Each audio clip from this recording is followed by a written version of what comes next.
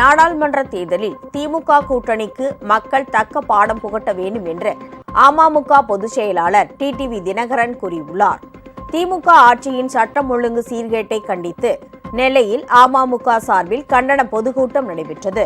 இதில் பங்கேற்று பேசிய அக்கட்சியின் பொதுச் செயலாளர் டிடிவி தினகரன் இரட்டை இலை சின்னம் துரோகிகளின் கைகளில் சிக்கியுள்ளதாக கூறினார். அதிமுகவையும் இரட்டை இலை சின்னத்தையும் மீட்டெடுக்கும் கடமை அமமுகவிற்கு உள்ளதாகவும் தெரிவித்தார். தேர்தல் வாக்குறுதிகளை நிறைவேற்றாமல் மக்களை திமுக ஏமாற்றி வருவதாகவும் டிடிவி தினகரன் குற்றம் சாட்டினார். திமுக கூட்டணியை தோல்வியடை செய்ய வேண்டியது தமிழ்நாட்டு மக்களின் பொறுப்பாக இருக்கிறது.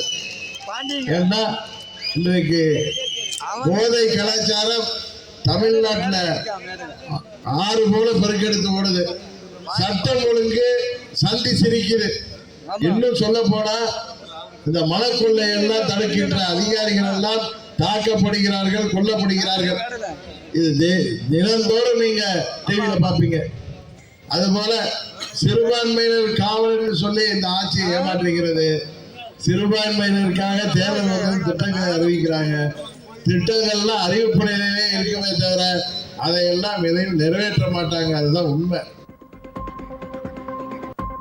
உங்கள் ராஜ் நியூஸ் தொலைக்காட்சியில் திங்கள் முதல் வெள்ளி வரை தினந்தோறும் பிற்பகல் 2 மணிக்கு உங்கள் பகுதியில் உள்ள குறைகளை நேரலையில் தெரிவிக்கும் புகார் பெட்டி நிகழ்ச்சி. பங்கு பெறுங்கள், பயனடையுங்கள், காணத் தவறாதீர்கள்.